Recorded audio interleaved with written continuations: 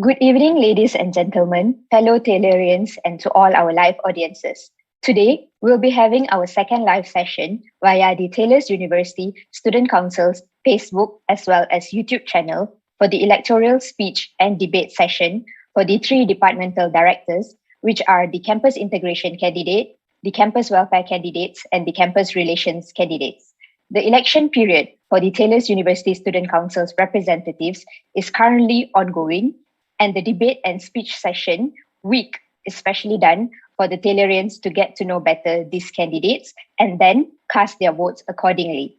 I am Tarisha Kanagalingam, and alongside me, there is Jonathan Jeremiah Edward. We will be moderating the electoral speech and debate session. Hi everyone, I'm Jonathan, and I am the current president of Taylor's University Student Council, term 2021. And I am Tarisha, the Vice President of TUSC term 2021. Now that we are almost commencing to the upcoming term, this electoral debate session would be for the upcoming term of Taylor's University Student Council representative, which is for the year 2021 and 2022. Since yesterday was the presidential candidates speech and debate session, today we will kickstart with the directors' speech and debate session with the order of campus integration, campus welfare, and finally, campus relations. However, for the upcoming term 2021 and 2022, we only have one candidate running for the position of campus integration. So, for the first session, it will be conducted by Jonathan. Jonathan, the floor is yours. Thank you, Tarisha. For the first session, it will be an intimate, more of get to know the representative session. As mentioned earlier, there is only one candidate who is running for the position of Director of Campus Integration. Presenting to you Alia Balkis, a freshman in her first year in Bachelor of Mass Communication in Public Relations and Marketing. We shall start the session with a humble introduction by the Campus Integration candidate, Alia. Alia, the floor is yours. Okay, thank you, dear moderators Jonathan and Tarisha. Hello and good day, fellow candidates and friends. Sorry, my name is Alia Balkis. I'm 21 years old and I'm currently studying Bachelor of Mass Communication and PR and Marketing. Okay, before I get into anything, I would like to again repeat my manifesto, which are collaborate with clubs and societies to organize events that will not only unite Taylorians, but at the same time enhance their strength and potential. The second one, inclusivity of all Taylorians in events organized.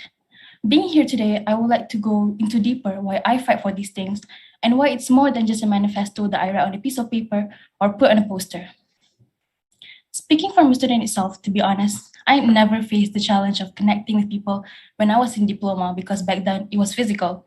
Diploma was easy, but when I entered Taylor's to pursue my degree, I realized it was not easy to connect with people or to even make friends, especially when I enrolled in TU virtually. I was like a lost sheep.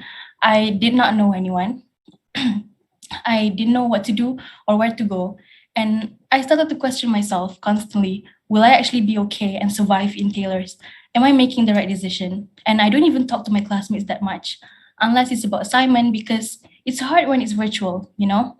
You enter the class, nobody talks except the lecturer, end of class and that's it. Everybody minds their own business. And honestly, the first place ever that I got to make friends and had the sense of belonging was the student council itself. This student council, this is my first ever family in Taylor's, and that was it. I had no one but my council, friends Clarence, Jasmine, and Kaim. And as time goes by, as I helped the student council to organize events with clubs and societies, I realized how important and crucial it was for students, especially for freshmen that had to start their journey online like me, to meet people and stay connected. Sure, I had my student council family, but I was only in that specific bubble and not connecting with other Taylorians. And I did not want that for myself or for other any students. I believe during tough times like this, we only have each other to help survive through this chaotic pandemic and to keep each other sane. And this is why I, as the future director of campus integration, want to fight for this. And I believe student council cannot do this alone. Hence why I want us to collaborate with more clubs and societies in the future and together achieve this. And moving on to my next point, to enhance the students' strength and potential. I want us to be able to surface from this pandemic stronger and better. And what do I mean by that is even though we are doing our degree online, and at this point, we might as well graduate online, I don't want that to affect our potential nor drag us down. I want a student to be able to graduate and say, hey, yeah, I graduated online. I did my degree virtually, but I have sharpened my potential and learned a lot of new skills. I am no longer the same person I was before. I am now resurfacing stronger and better despite the pandemic. It was a challenge, but it is not anymore. I want to work hand in hand with clubs and societies and organize events that gives that kind of positive impact to the fellow Taylorians. And last but not least, inclusivity of all Taylorians in events organized. What is unity and how do you unite Taylorians if you only focus on certain communities? Exactly, you can't, and there's none. And I want our future events to be collaborative events with various of clubs and societies. And as I know, we have a diversity and a various of clubs in TU, and I want to make sure that they're not left out from our club, from our future club collaboration. That's all from me. Thank you. Thank you so much, Alia, for that fine and lovely introduction speech. To all our live viewers out there, if you need more info regarding this candidate's manifesto and what Alia is fighting for, please go on ahead to our Instagram page at Taylor's Uni SC, or even our Facebook page at Taylor's University Student Council, where all relevant information regarding the elections, as well as her detailed manifestos, are being posted for all Taylorians to view. Now that we have gotten the introduction speech out of the way, we can proceed right away to the debate session. For the context of the viewers, we have actually provided a debate topic to the candidate 1 day ahead from them to prepare and provide their stance. So today's debate topic for the Director of Campus Integration candidate, Alia, would be the route taken to boost vibrancy within the Taylorian student community. This is where the candidate will be talking in depth regarding the new activities, online initiatives, and so on to unite Taylorians. They would also talk about how Alia would actually build a campus culture and climate that fosters engagement. Alia, the floor is yours. Okay, thank you again, the moderator, Jonathan.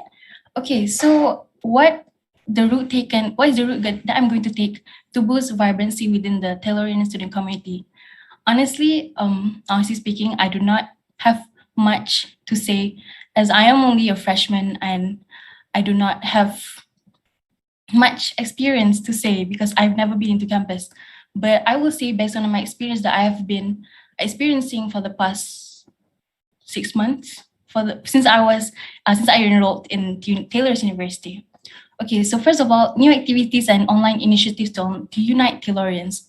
So first of all, to be able to do activities that used to be offline to online, you have to be adaptive.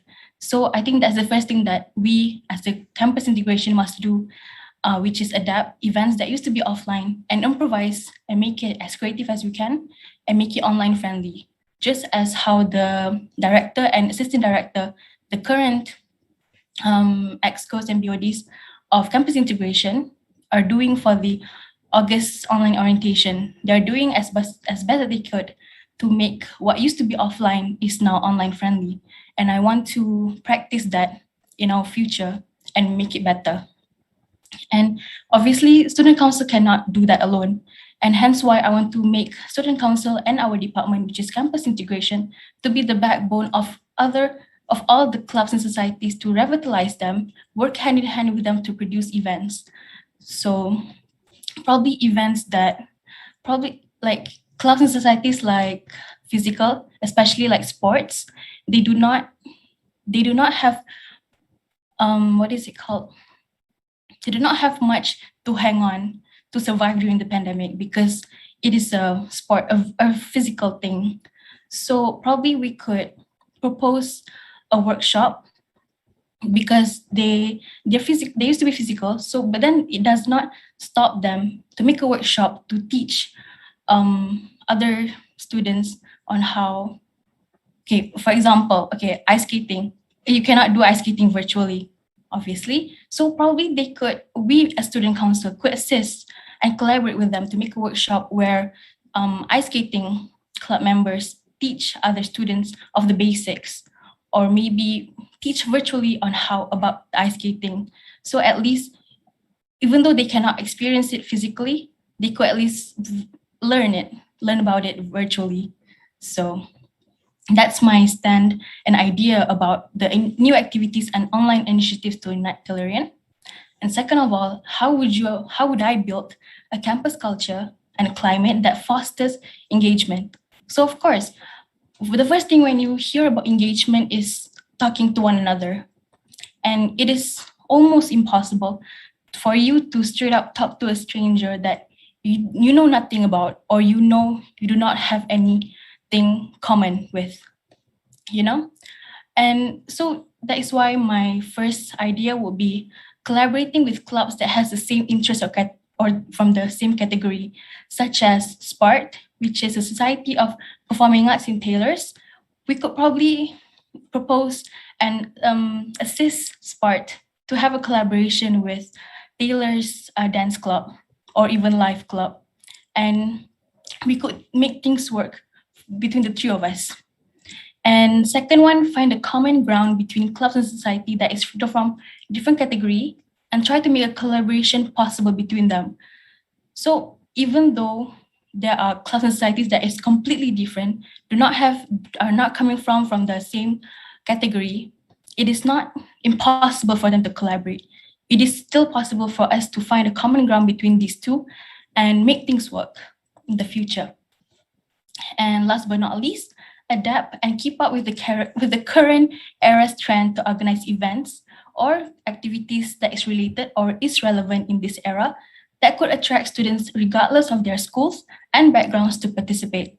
Because regardless of our school, we could be from Taylor's Business School, School of Communication, but we are all in the same era in Gen Z, and we could all have the same thing that is in common, that is related with the era that we're living in. For example, TikTok has been something that is trending and very actively used by a lot of people during the pandemic. So probably we could use something there. And yeah, that's all from me. Thank you. Thank you so much, Alia. I think that's a very excellent perspective that you put upon for the campus integration department. So I would like to shed light on a little bit more about campus integration. So from my perspective, campus integration does collaborate with clubs and societies. However, there are students who are not in clubs and societies. And to us, clubs and societies are a method for us to reach out to the students. However, there are still students, as I mentioned, who are not in any of these clubs or societies, who just focus on academics. So how would you, as a campus integration director, actually help these students? How would you draw them in to these activities, or how would you draw them in to help boost campus vibrancy? Okay, thank you for the question, Jonathan. Okay, like I said, I would collaborate with, okay, for example, I'm going to give a demo like TUSC is going to collaborate with Taylor's Skating Club.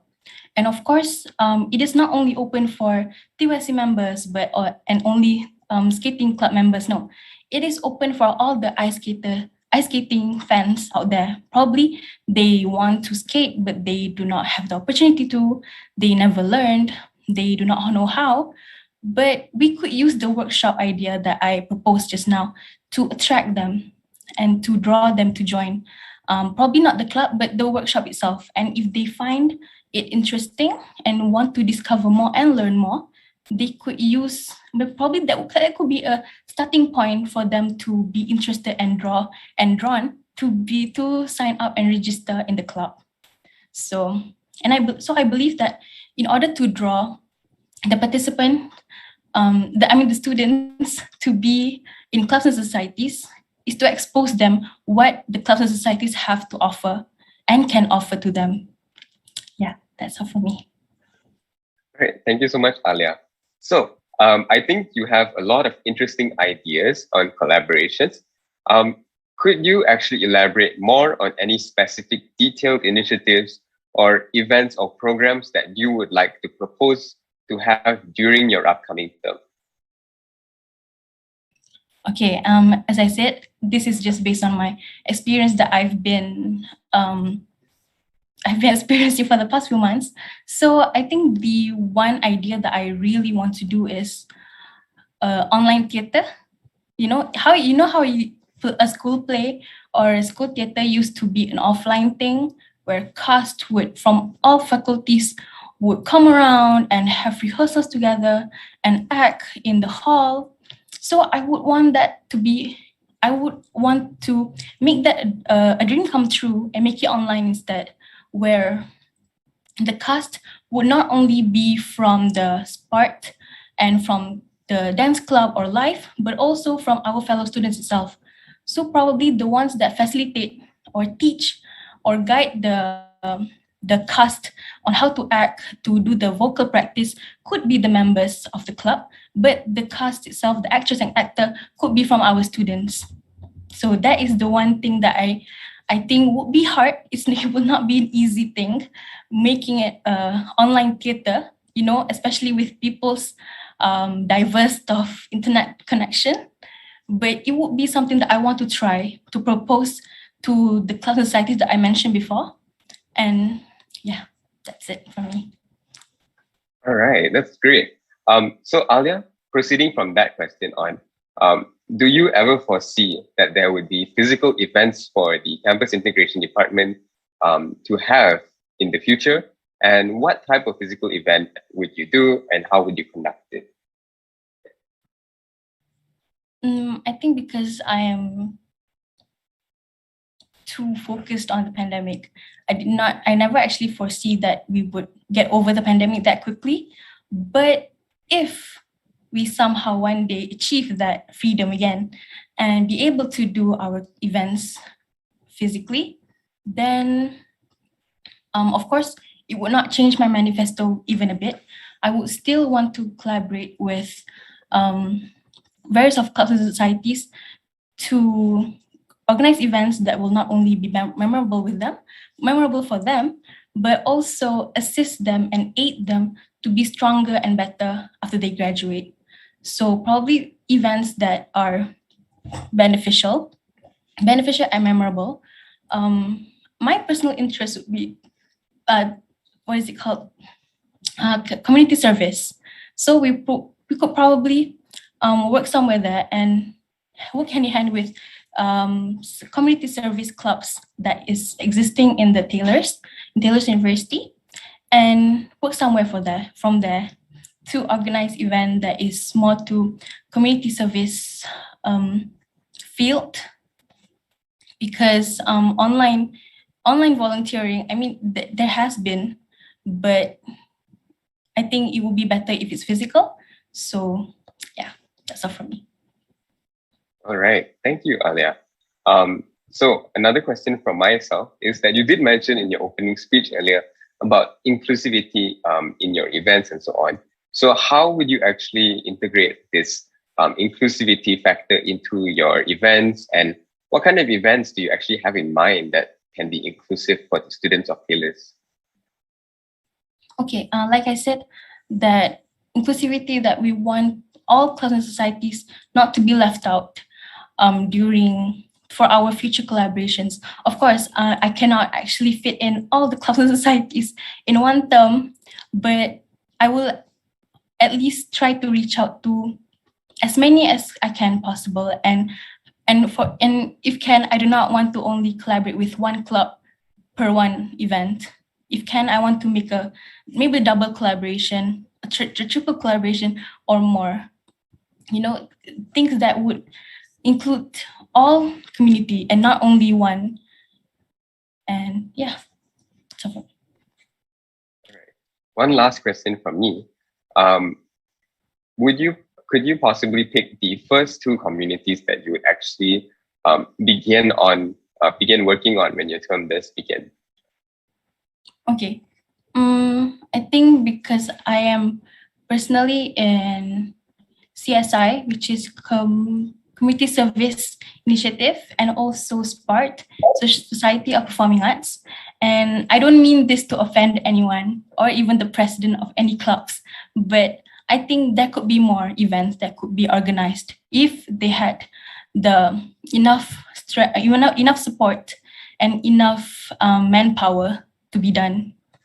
So probably, yeah, the two clubs that I would want to collaborate with in the future would be CSI and SPART, because I believe these two clubs and all the other clubs in societies are just as amazing, and they have so much potential to organize big and amazing events, and I do not want that to go to waste. Yeah, thank you. That's all. Right. Thank you so much, Alia. So that actually wraps up our debate session for today. Thank you so much, Alia, for all the answers today. As you guys know, the debate session today was a little bit different as we have one candidate for today. So we'll be proceeding on to our Q&A session. You guys may find the link in the chat of the YouTube Live as well as the Facebook Live. They are both there. You can actually click it or either key in the code which appears in the chat over there, right? So meanwhile, we'll check on the top voted question for Alia. So Alia, the first question for you is, inclusivity is important. What kind of events do you plan to conduct for the LGBTQIA community if you were to be elected? Of course, me not being a part of the community would not understand much of what do they actually need. So the first thing I would do is to, what is it called? Approach the president or even the person in charge of the LGBTQ community and ask that what do they have in mind, and what, if they do have any idea, what is it that student council can do to give them enough support and manpower to make that a reality. And yeah, I mean, I would not, but I would consult with everybody first before this, what is it called? Before proceeding with the idea, because I know it is a sensitive issue. It is not really something that everyone is okay about. So of course, I would take the proper steps to make that a fair situation for both everyone and the society itself. Great. Thank you, Alia. I hope that answers the questions for the person who has asked the question. To the next question, it says, can you give one creative example of an event that has been done before by the Department of Campus Integration that you think will be successful? One example from the previous events that they have done? That has never been done before. Never been done. I think a collaboration of the theater, that would be, yeah, I think I would use the idea of the online theater, which will I will try to not only collaborate with SPART and other performing arts, clubs and societies, but will also include other clubs that could contribute more or so in the theater itself. And I think the theater may sound small and may sound impossible, but if it were to happen, it would be a huge one, because online theater is another level. It's not the same as physical. Yeah. All right. Thank you, Alia. So the next question is, it seems that the manifesto that you have done is somewhat same as the previous director. Is there any differences that you will do in the current batch? I think which area that collided or the same was that I wanted to make everybody connect with, make sure everybody stay connected during the pandemic, despite the pandemic, just as how the assistant director had mentioned before in her manifesto. So I think what I would do differently is, like I said, be more collaborative with more clubs and societies. And because I only have one term to serve, and I want to make use of that one term, I do not only want to reach out to maybe 3 or 4 clubs and societies, but because I want to make every club and societies to engage and mix with one another. So I think if to make a double collaboration or a triple collaboration where I approach several clubs to work together in one project, that would be not mind-blowing, a stepping stone or a game changer. Yeah. Okay, thank you, Alia. We'll move on to the next question. Why should we vote for you? State reasons why you deserve the position And do you plan to change anything regarding yourself moving forward? Why should I be elected? I think because I am ready to serve and support and succor, just like my manifesto, I'm ready to serve, support and succor the clubs and societies in Taylors without any bias, or even though I mentioned 2 previous clubs, but I would not want to be biased, and I'm ready to be the pillar and the backbone of them, of all clubs and societies in Taylors, to together achieve this togetherness and integration between the community, because I believe that to achieve this integration among all the Taylorians in one university, it is not an easy thing for just a student council to do. And I know I will need all the support and collaboration I get from different clubs and societies to make this work. And of course, even though it has not been an easy thing for them to survive, it is where I want to step up and be the backbone of them to help them survive and revitalize their clubs to be alive again despite the pandemic. And what could I change about myself? Is it? Yep, correct. Okay, I think I am far from perfect and I have a lot of improvement to do. I cannot think of any because I have a lot of, I'm not a perfect person. I have a lot of flaws that I want to fix. Not just now, it will be a learning process for me. So I think one thing for sure is my leadership skills. I am not a perfect leader, but if I were to given the chance and opportunity, I would want to sharpen that skill of mine and be a perfect leader. Not perfect, but at least try to become one. Just try as much as I could, really push myself to the fullest potential that I could achieve and serve as much as I could and give as much as I could in the term that I'm going to serve. Yeah. Okay, thank you, Alia. Moving on to the next question. What is a successful event based on your point of view? And do you prioritize the quantity of the events over the quality or vice versa? Wait, sorry, can you repeat the question? Sure. What is a successful event based on your point of view? And will you prioritize the quantity of the events over the quality or vice versa? Okay. What is a successful event for me? Okay. I think honestly what I see as a successful event is that not only it is enjoyable by everyone, not only because we would see from the event itself, if it's gone bad, everybody would not have a happy face in their face. So I would want to measure the success of the event from if it's memorable for them, if it was beneficial, and yeah. I would go through the feedback form and actually see if what I aimed for that event was actually reached and successfully done by our event community. Yeah. And what was the question again? The second question? Would you prioritize quality or the quantity of events? Yes. Okay. Obviously quality, because there is no use of having a lot of manpower, a lot of organizing event committee, but having a flop or having a bad event in the end. So I would prioritize quality over quantity.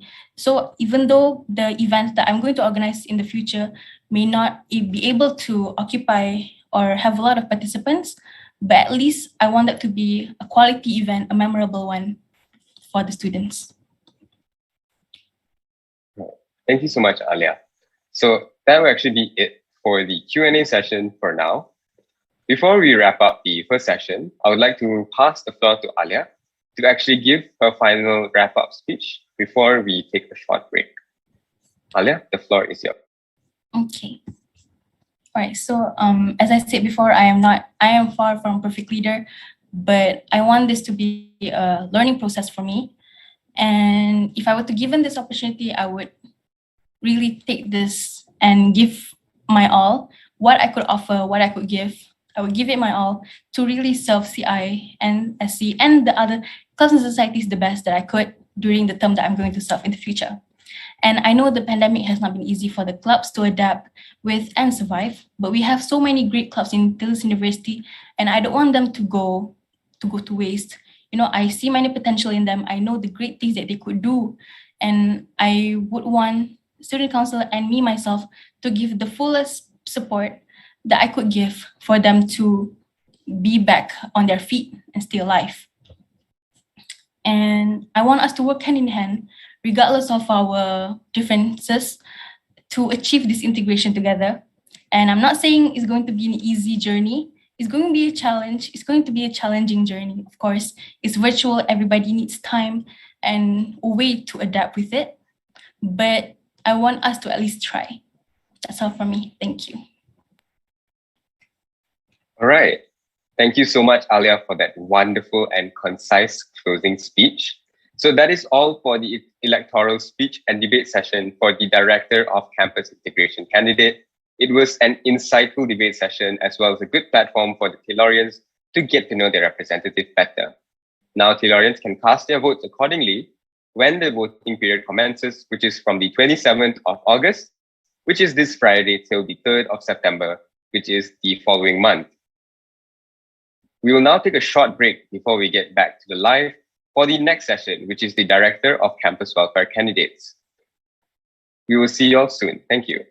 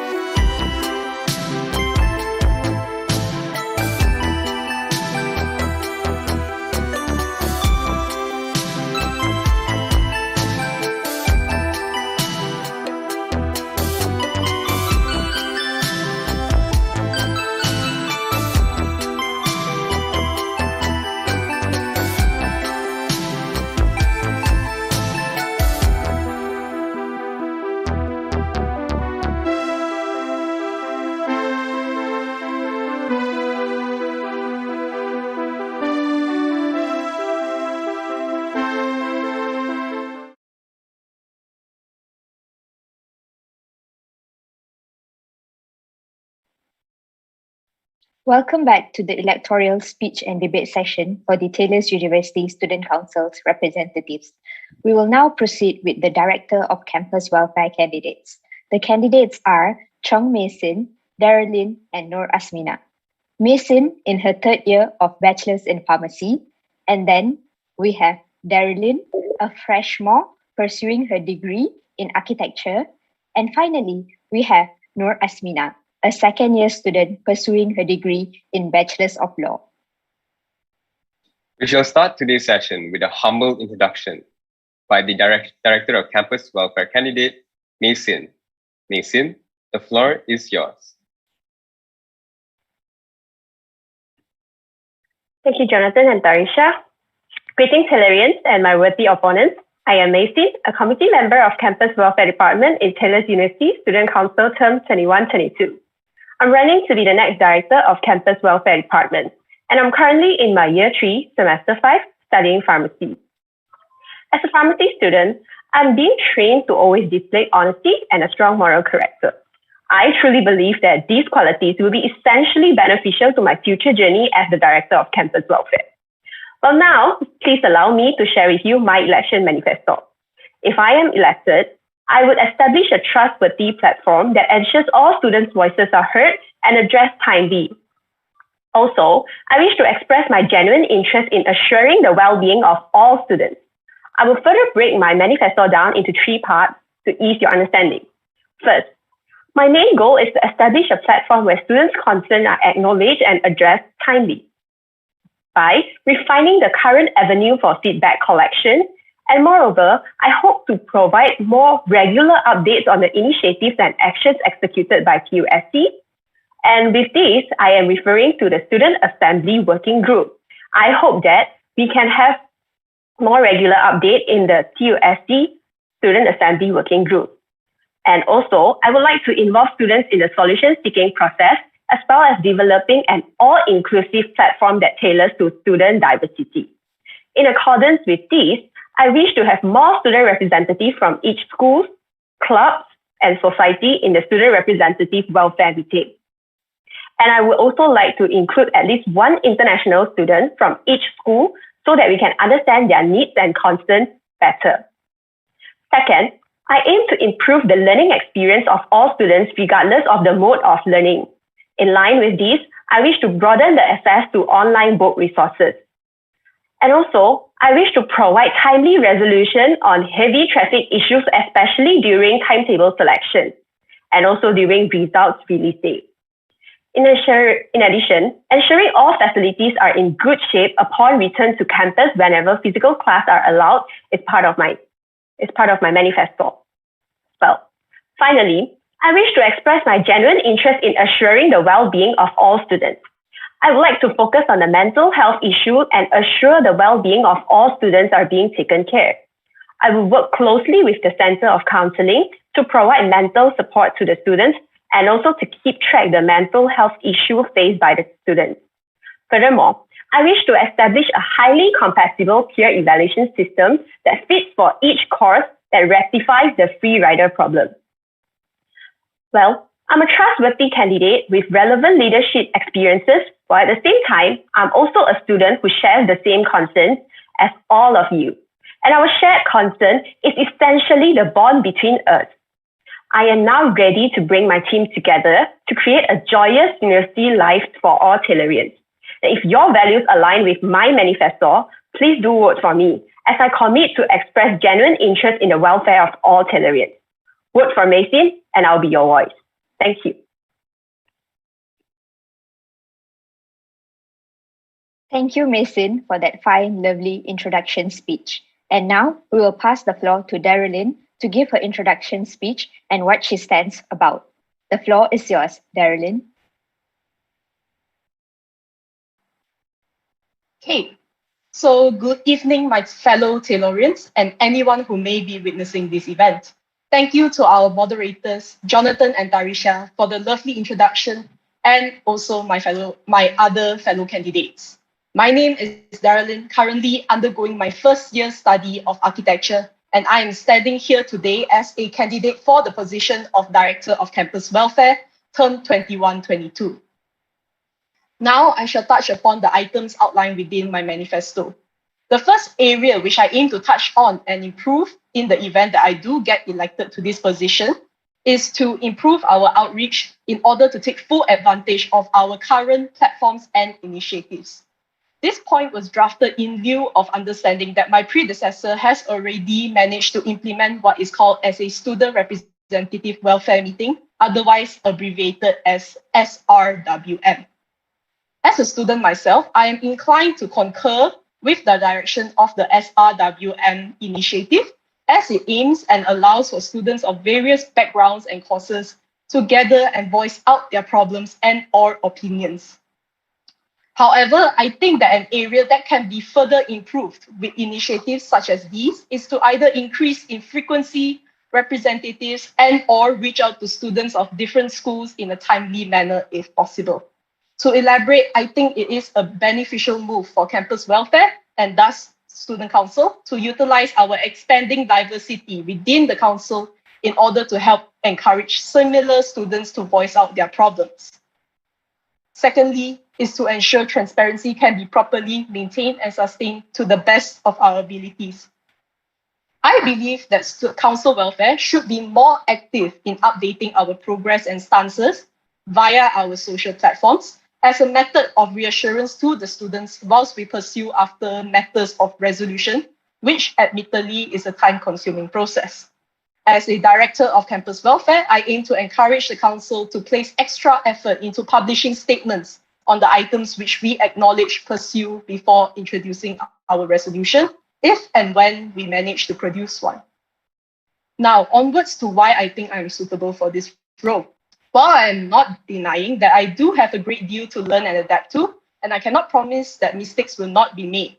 However, I am passionate towards this department's aims and causes in council, and I am willing to dedicate my time towards the department.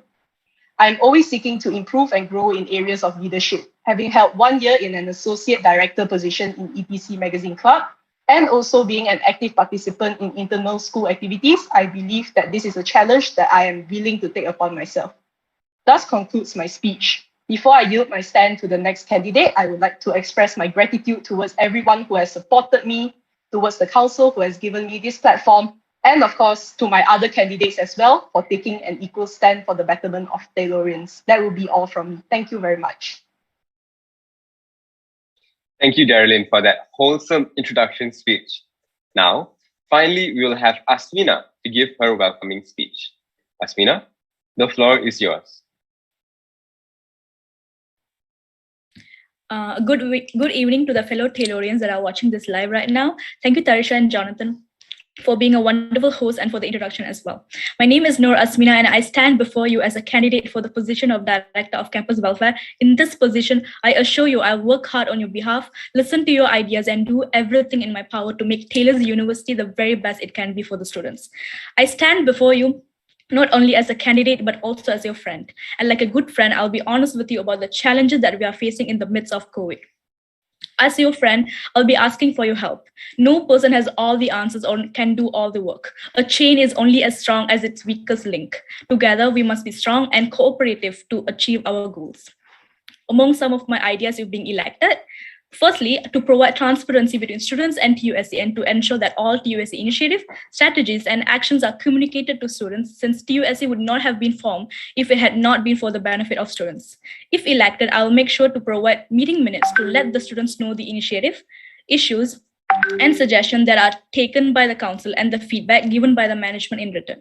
I strongly believe that students have all the rights to know every action that is taken by the council in solving students' issues. Besides that, enhancing interaction between student and TUSC by having a buddy system for new students to assist them with module registration, class selection, and other university-related challenges. As someone who is in a second year, it would be a lie to say that I have never faced any issues with registering my modules or selecting my class or any other university-related issues. I know by heart how troublesome this issue is and the impact it has on our life as a student. So if being elected, I'll work my way through in making sure this system would be beneficial to students. Other than that, I will be dealing with mental health issues by providing a platform for students to have counseling session anonymously with counselors. Well, I understand that many of the students have a difficult time in this COVID situation, don't we all? I acknowledge that not everyone is comfortable talking to a counselor they never have met. Believe me, I'm also someone who is apprehensive about discussing my mental health issues with a counselor, much less with my family and friends. But what would you do if TUSA provided students with a platform where the students can express their concerns in a feedback form provided, where the counselors would be given access to it? If elected, I can assure you that the council will be working together with the Center of Counseling to make this plan work. Mental health concerns always been a topic of concern for me, and I feel this initiative will aid in the battle against it. My third manifesto is to engage with NGOs to conduct exciting events that will be beneficial to students. Also, I'm hoping to organize mental health campaign and workshop to address the problems students are encountering in these current circumstances with the assistance of an outside speaker who is knowledgeable about such issues and can provide students with some perspective. Also, to engage with other universities to get an insight on how to solve their welfare issues. On top of that, I will utilize my skills and abilities in becoming a better leader for you. I will be reliable when it comes to your mental health. I'll be resilient in conducting events that are beneficial to you. And I will be realistic in providing transparency. As you can see, the future depends on our ability to work together. Cooperation and teamwork will get us far. And if you elect me as the next director, I vow to lead with openness and honesty. I will lead with your best interest in mind. I welcome all ideas of yours for making Taylor's University a much better place. As your friend, I believe in you. I believe in our university, and I believe in our ability to work together for something great. As the author Margaret Mead once said, never doubt a small group of thoughtful, committed citizens can change the world. Indeed, it is the only thing that ever has. We have great challenges and great opportunities, and with your help, we will meet them and make this next year the best year. Thank you for your time. Thank you, Asmina, for that fine introduction speech. To all our live viewers, if you need more information regarding these candidates' manifestos and what they are standing for, please go ahead to our Instagram page at Taylor's Uni SC or even our Facebook page, Taylor's University Student Council, where all relevant information regarding the elections as well as their detailed manifestos are posted for the Taylorians' view. Without further ado, we'll move on to the most awaited part, the debate session. For context, we have provided a debate topic to these candidates one day ahead for them to prepare and provide their stance. So today, the debate topic for the directors of campus welfare candidates would be activism and awareness within the student community. The candidates will be taking an in-depth talk on regarding both on and off campus to the rights and wrongs on how to erase inequalities, student-led movements, peaceful protests and petitions, activism via social media platforms, rallies for change, and opting to tackle students' safety, sexual health, religious freedom, social justice movements, or any other relevant issues. Candidates, the debate session will start now.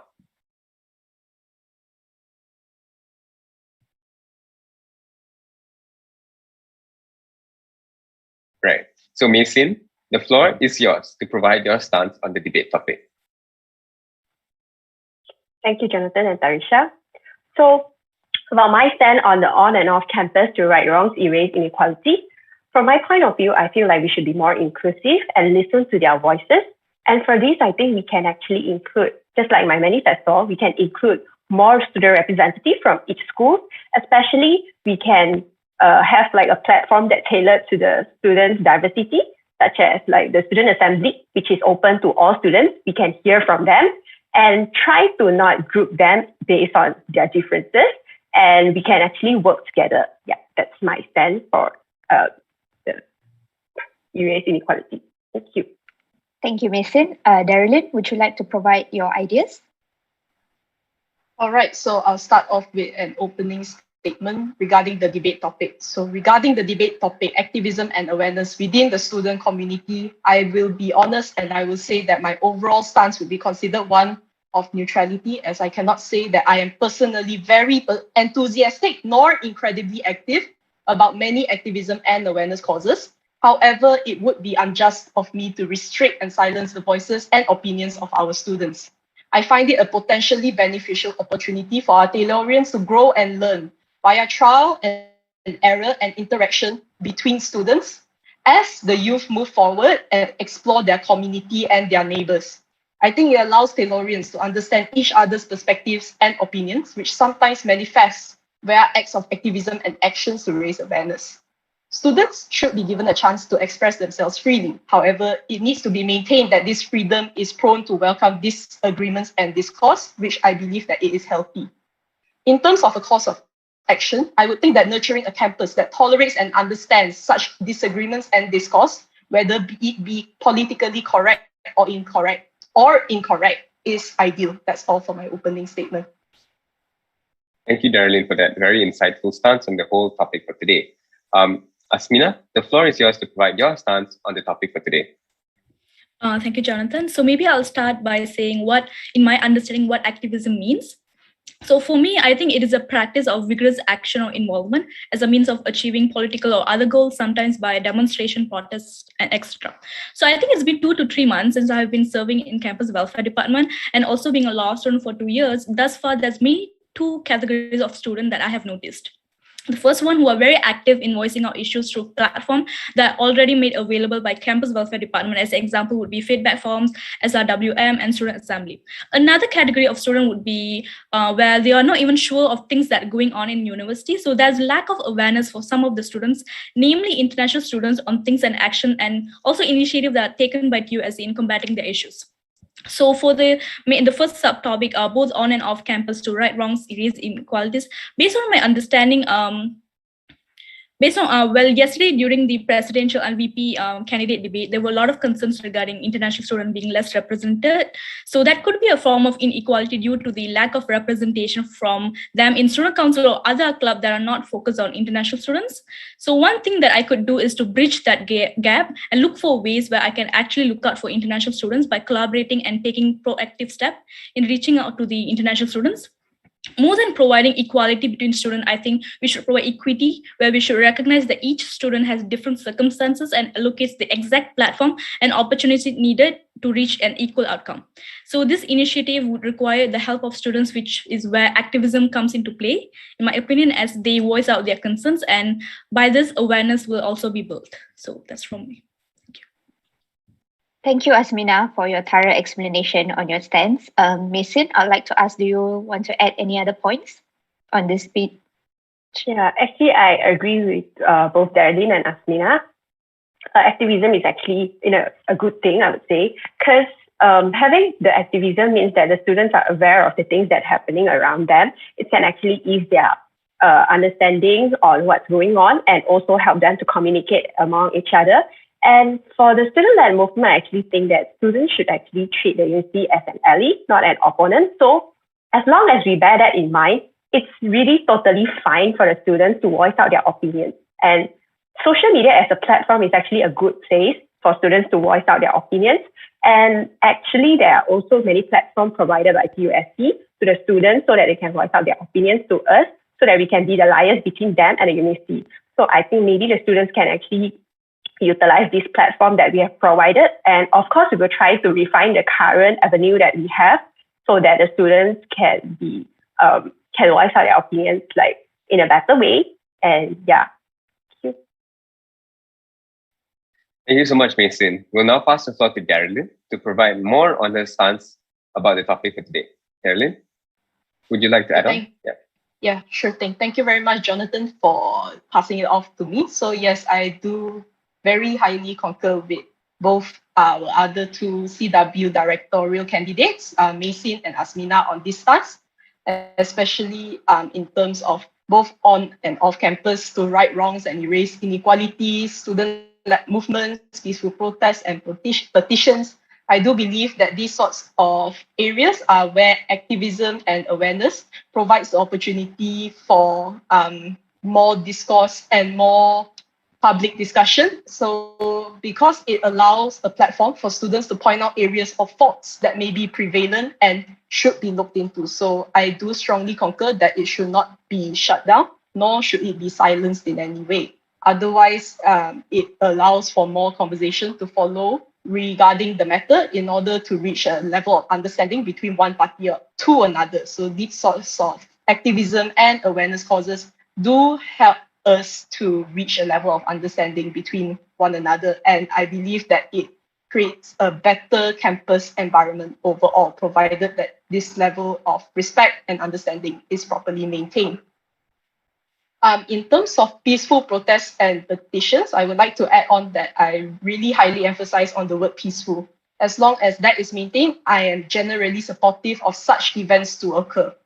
In terms of whether these events may harm the reputation of the school, as I am aware this is an area of concern and hence a gray area, I personally find it fairer on the students' behalf to act out on the event that they find it necessary. And hopefully it will prompt people to understand why the students find it necessary to take more drastic measures, such as taking it into protest or even activating a petition against such measures or measures that they disagree with. That's all from me.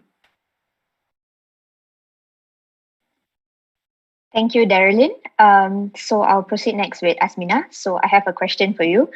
Just now you mentioned about wide range of representatives and equality. So do you mind sharing with us and the live audiences any initiatives or specific changes that you would like to take place during your term to achieve this goal?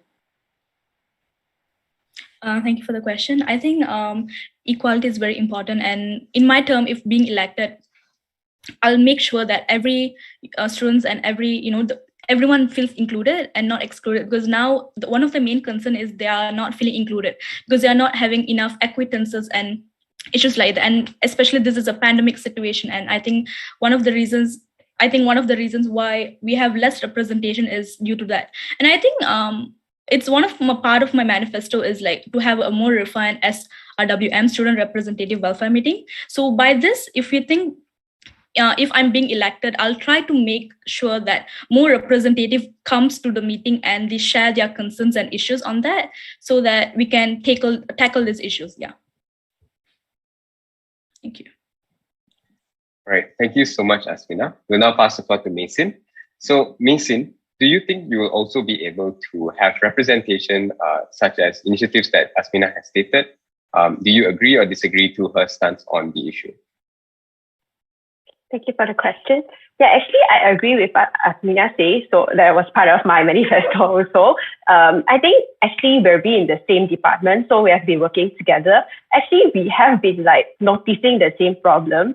And yeah, we have observed the same thing. And actually, what we can do, I actually agree with her that we can have like more representatives.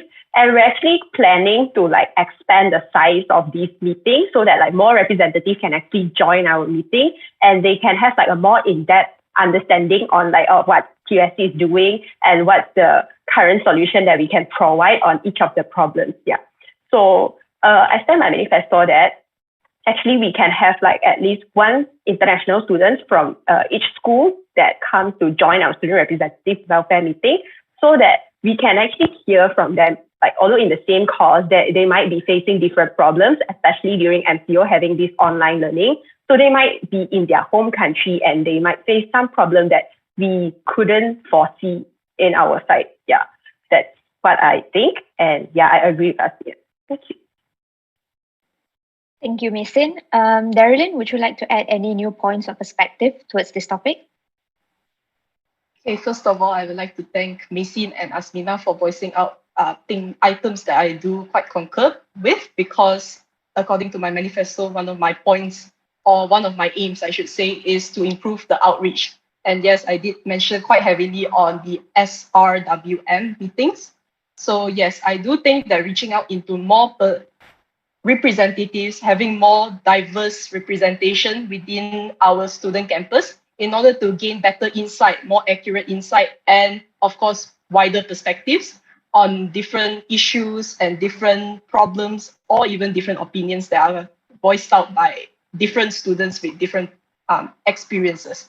However, I do think there was one point that I was quite intrigued about, especially in regards to Asmina's point earlier about equity. My concern would be that if we take into account equity, do you think that there is a potential that there may be parties that misunderstand these sorts of approaches as perhaps favoritism or that sort of thing? Because there is a bit of a gray area there, and it's quite easy to misunderstand this sort of approach that if the USC or CW would want to take that. All right, thank you so much, Darlene. Darlene, a question for you as well. So we have mentioned a lot about activism as well. Would you mind sharing a little bit more about the awareness part of today's debate topic?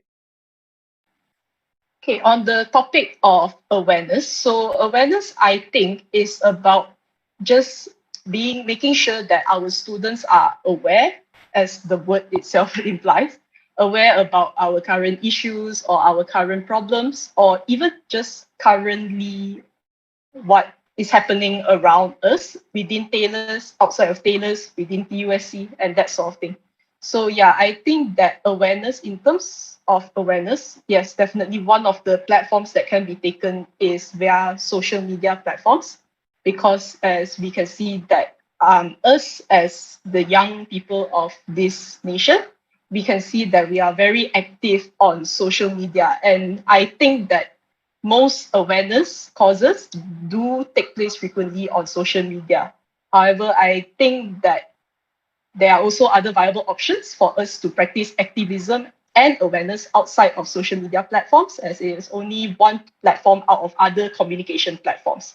So I think that generally the use of technology is a tool that we can utilize for awareness. But however, it is easy to abuse and become over-reliant on it. So I think that TUSC is also perhaps one new direction or one interesting perspective we can take on in terms of spreading awareness is to look into, besides social media, we can also look into other methods of spreading this awareness to ensure that we not only inform those who are frequently using social media, but to ensure that those who are not that frequent on social media are able to stay updated as well.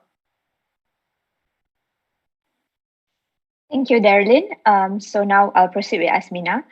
Just now, Darlene did mention that when we talk about equity and parties taking sides, so there would be certain people misunderstanding it for favoritism and council taking sides. So do you think this would be a problem? And would you like to clarify Darlene's point?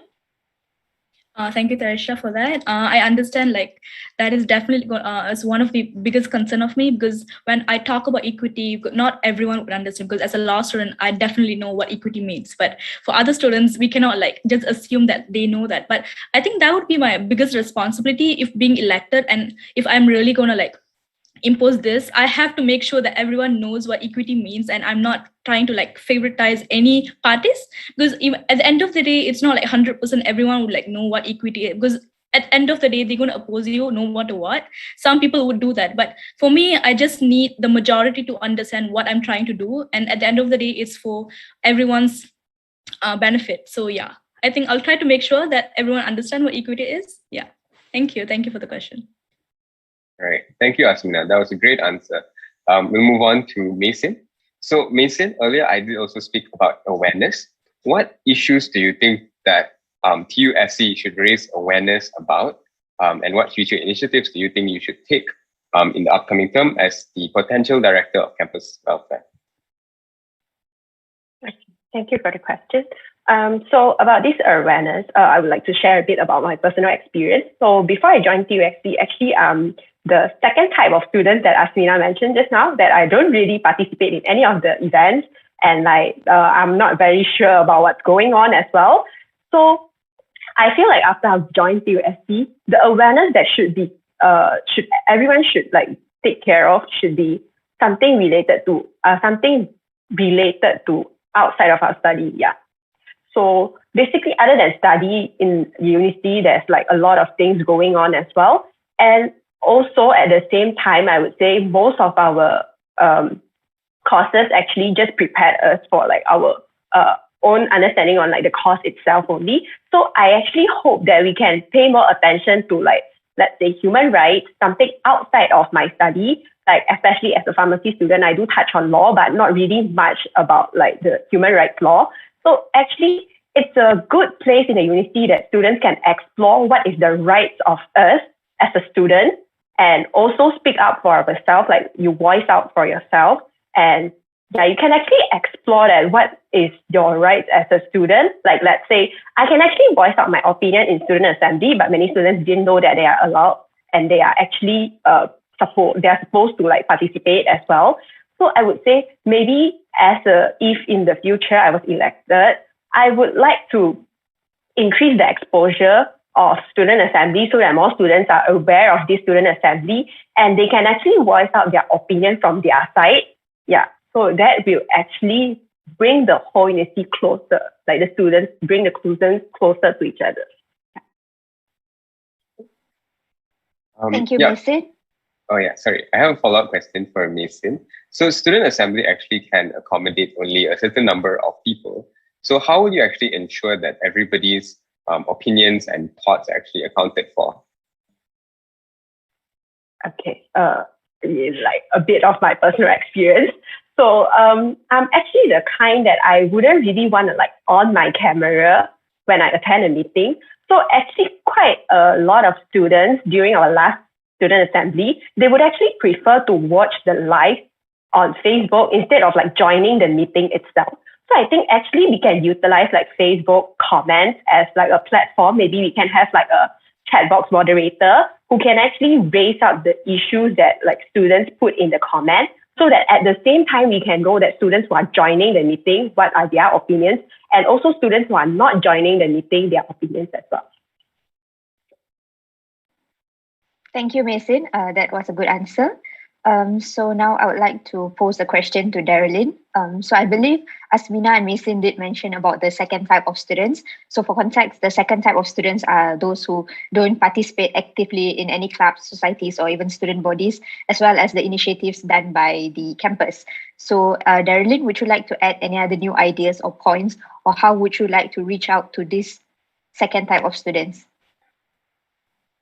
Okay, thank you very much for the question, Tarisha. But I will have to be honest that there is a good reasoning, there is a certain level of reasoning behind why there are just these students who prefer to be inactive on these sorts of platforms because they either don't have the interest or they do not think they are not aware that of these platforms available, such as not enough, how should I say, promotion of these events. So that is one area that we can look into. Another thing is perhaps we can provide student testimonials regarding these events. We need to perhaps, in order to reach out to the student community, or perhaps to even these students that think perhaps these events, they are good events, but I'm not sure whether if me taking part in them are going to be beneficial. I think that providing student testimonials regarding these events. So of course, with that in mind, TUSC will have to work harder, especially campus welfare who are hosting these events, to make sure that we can give solutions or resolutions, or at least satisfy the students when they have these events such as student assembly and SRWMs. But yes, I do think that bridging the gap between students and the TUSC via the use of student testimonials or even word of mouth around friends, between friends, because there is a more stronger bond between friends and between colleagues inside the same course or in the same batch. Perhaps we can improve this word of mouth practice to promote our events, student testimonials, that sort of thing. And hopefully, if all things turns out better, perhaps it might shift their perspective into maybe one day I can enter this event and take part in it and see whether if my voice does produce a change in campus, because we do assure that student voices are valuable and we do want to act on it. However, we do need cooperation from the students' behalf to actually give us their voice. Right. Thank you so much, Darylyn. We'll now go to Asmina. So Asmina, would you like to add on anything else about the topic for today? Thank you, Jonathan. Maybe I'll add on a peaceful protest and petition. Okay. I think now it'll be online. The petitions would be online because of the whole pandemic situation. In either form, it could be collect signature the old-fashioned way or like online. I think petition helps students merge around an issue and show TUSC how many people believe in a cause. I think petition are often the first step for many different form of activism. I think I definitely stand for petition because it is a way for us, the council, to know the issues and concerns students have. And by having petitions, I think we can get to the root of it and try our best in solving it. And also, in my opinion, I think peaceful protest is definitely something I don't oppose. I stand for it because as a council member, I believe that we have no rights to stop students from doing what they think are right thing to do. Because at the end of the day, we all are adults and would be able to make mature decisions. The right to peaceful assembly is a very fundamental principle of any democracy. And according to Article 10 of our federal constitution, every citizen has freedom of speech, assembly, and association.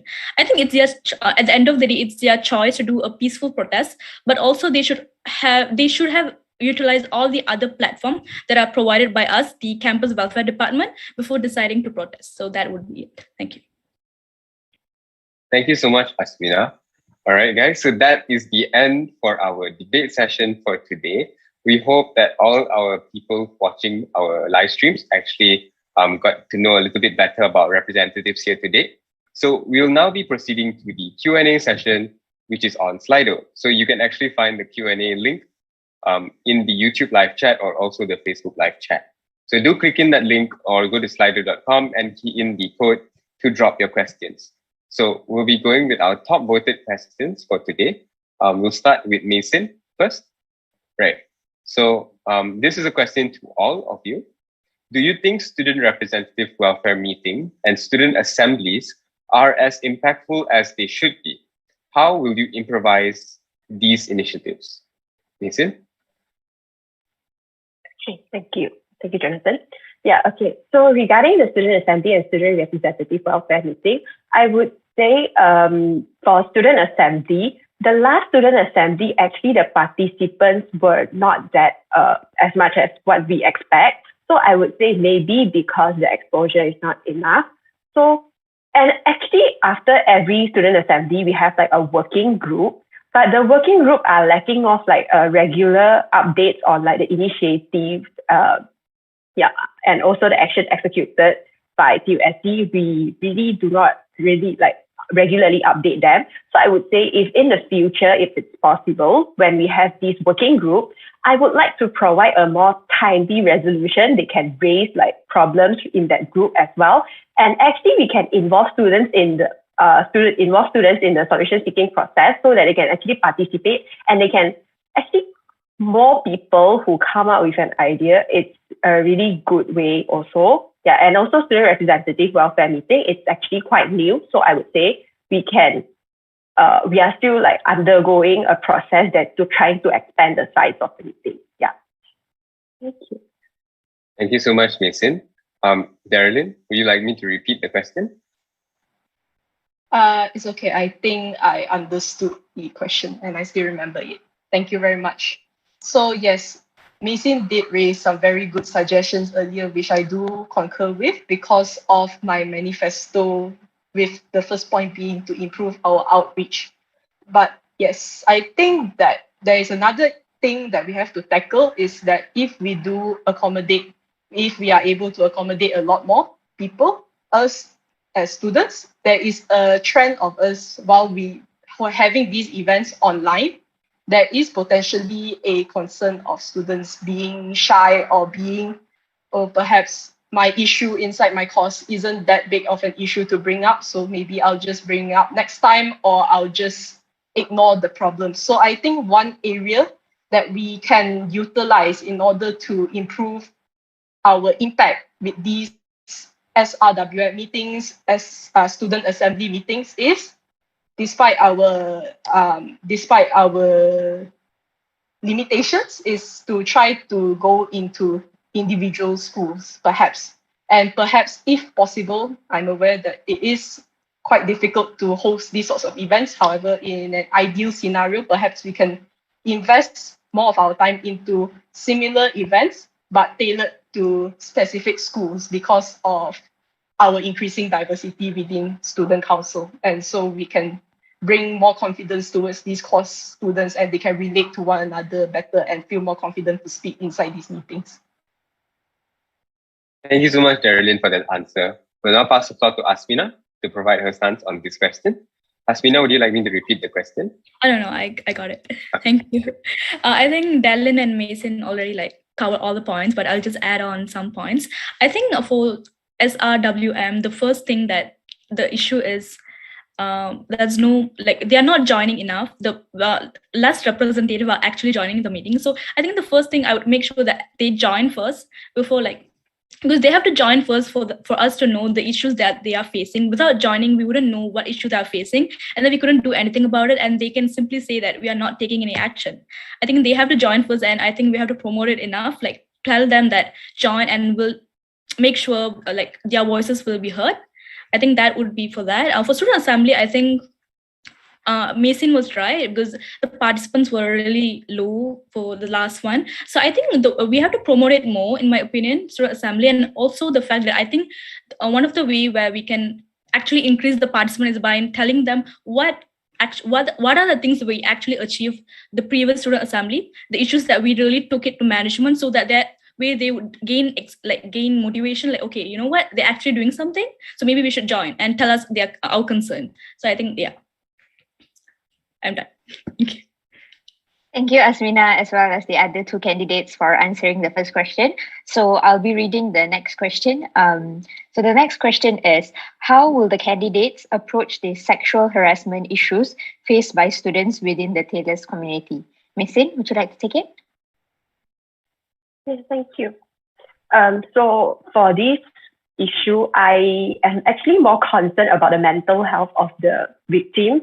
So I would say for this issue, maybe we can have a Padlet link where the students can actually share their experience anonymously.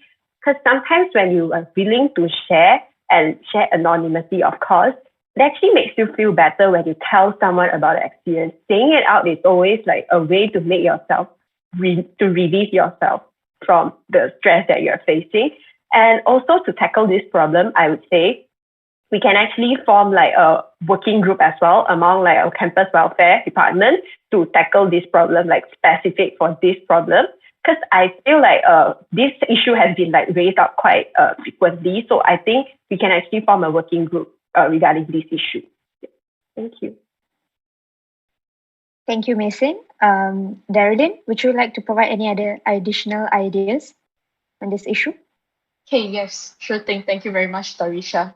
Yes, I do think that Mason's actions do have good reasoning, but I think another thing that we can look into is also providing a safe, a safe way or safe method or a safe course of action for victims of such unfortunate events to go towards. So perhaps my thinking is towards more immediate, for more immediate outreach or immediate call for help. So perhaps we can include a method or a manner within a platform that everyone has, or an application that everyone has to perhaps implement a system whereby we can just access this system and we can see, let's just say that I encountered this issue, I just encountered this issue and I do not know where to go. We need a system whereby we can see inside perhaps even the mobile app, and it tells us, okay, you can go here and you will be safe here because there will be someone here who can help guide you through this experience, this unfortunate experience. So yes, I think that is a more of an immediate issue or immediate course of action that I think is applicable. Thank you, Darylyn. Asmina, would you like to go next and provide any other additional ideas? Yeah, thank you, Tarisha. I think mental health, just like how Mason said, mental health is very biggest concern for me. And apart from the sexual thing, everything, mental health is going to stay longer, and that's the thing that really affect you afterwards. I think what part of my manifesto is actually mental health concern. I think we can have the feedback form where they can tell their concern that they have been sexually harassed or something like that, and then we can give counselors access to it. I think by that we could have immediate communication with them and the counselors so that they wouldn't do anything worse. We can like help them by that time, like immediately we can do that. And I think for this, I think we would work closely with CCS to make sure that they are the sexually harassed persons are like taken care properly, because for their mental health. And I think I would do that. And for also that we are planning like mental health workshop and stuff like that. But before that, I think we have to make sure that they are in a correct mind. So by that, I think we would go with CCS first, like work with them first. Yeah. Thank you. Thank you so much, Asmina, for that answer. We'll go to the next question. So Mason, this question is for you. How would you convince international students to join the Student Assembly to represent their schools when they already feel excluded? Okay, thank you, Jonathan. So regarding this, actually in the council, we do have like international students also. So I wish that if I was elected, I can actually work with them, maybe just a poster or a video that we can actually have, like to encourage them, saying that joining us to let us hear from you is actually a way to make you feel you're you're included in this. And we also hope that through this video or through this student assembly, we can actually understand you. And also we have to like mention it to them as well, that you are not excluded. It's just that we are not hearing enough from you. And all we need is the voice from you so that we can understand you better. Yeah, that is the statement that we should make it clear so that they don't feel excluded. Yeah, that's my point of view. Thank you. Thank you, Mason. So I'll proceed with the next question. So this next question is dedicated for Asmina. So one of the persons said that there are more than 1K freshies during every intake. So how would you make the buddy system work? Okay, thank you, Tarisha, for the question. For the buddy system, actually, for me, like especially for Taylor's Law School, for every semester we have one leader, will be assigned one leader. So my idea was like maybe for each semester we can assign one leader for their own like Taylor's Law School, Business School, and then like for SRWM, we can have the meeting with that representative, and then we can actually guide them with it's an example for like manifesto. My manifesto is about OMR, right? So maybe we can guide them on how to do the OMR properly, and then they can teach or they can guide their students, like their classmates, on how to do that. Because at the end of the day, I mean, in campus Electoral, there is like a guideline on how to like do the OMR and stuff like that, but still students are finding it hard to do actually like register it.